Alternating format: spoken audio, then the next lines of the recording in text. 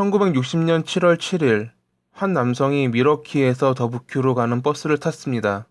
방랑자였던 그의 품에는 한 자루의 권총이 들어있었죠.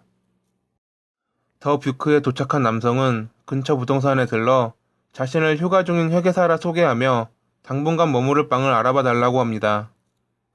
그로부터 4일 후, 남성은 전화번호부를 훑어보더니 의사인 에드워드 바테스에게 전화를 걸었습니다.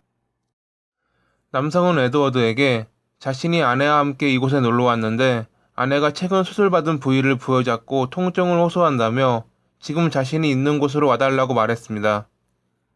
급한 환자가 발생했다고 생각한 에드워드는 필요 물품을 챙겨 남성이 말한 장소로 향했고, 도착하여 문을 열자마자 그의 눈에 들어온 것은 총을 겨누고 있는 한 남성이었습니다. 남성은 에드워드가 타고 온 차로 그를 유인했고 일리노이주 쪽으로 차를 몰라며 협박합니다. 잠시 후 어느 한적한 숲에서 에드워드는 남성에게 죽임을 당했습니다. 에드워드의 목숨을 앗아가니는 빅터 패거. 그는 13살 때부터 강도짓을 하다 여러 번 체포됐고 15살에는 결국 15년형을 선고받아 징역 생활을 했던 범죄자였습니다. 그는 석방된 후 2달 만에 이 같은 끔찍한 짓을 저지른 것입니다. 그의 범죄에 아무런 이유도 목적도 없었습니다.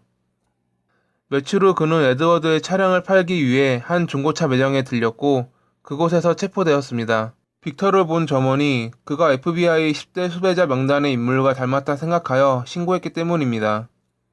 물론 다른 사람이라는 것이 증명됐으나 실종 신고가 들어온 에드워드의 차량을 팔던 것이 꼬리가 잡혀 신문 끝에 자신의 죄를 자백한 것입니다. FBI는 빅터가 일리노이주를 넘었기 때문에 납치 혐의까지 적용될 것이라 말했습니다. 이는 그가 사형을 선고받을 가능성이 높다는 말이었습니다. 빅터는 동행하던 시카고 출신의 마틴이라는 자가 에드워드를 살해했고 자신이 마틴을 죽인 후 미시시피 강에 유기했다고 주장했습니다. 하지만 검찰 측은 마틴이라는 인물은 존재하지도 않고 과거 정신병력이 있던 빅터가 환상의 인물을 만들어 자신의 범행을 은폐하려 한다고 생각했습니다. 빅터가 에드워드를 노린 이유는 의사만이 가지고 다닐 수 있는 의약품을 얻기 위해서였다는 것이 검찰 측의 주장이었습니다. 정신과 의사는 빅터가 정신분열증을 앓고 있다 진찰했고 그의 변호사는 정신적으로 매우 아픈 사람이다 라며 배심원단에게 호소하였으나 그들의 마음을 움직이진 못했습니다. 결국 빅터에게 납치 및 1급 살인죄가 적용됐고 그의 변호사는 곧바로 항소했으나 받아들여지지 않았습니다.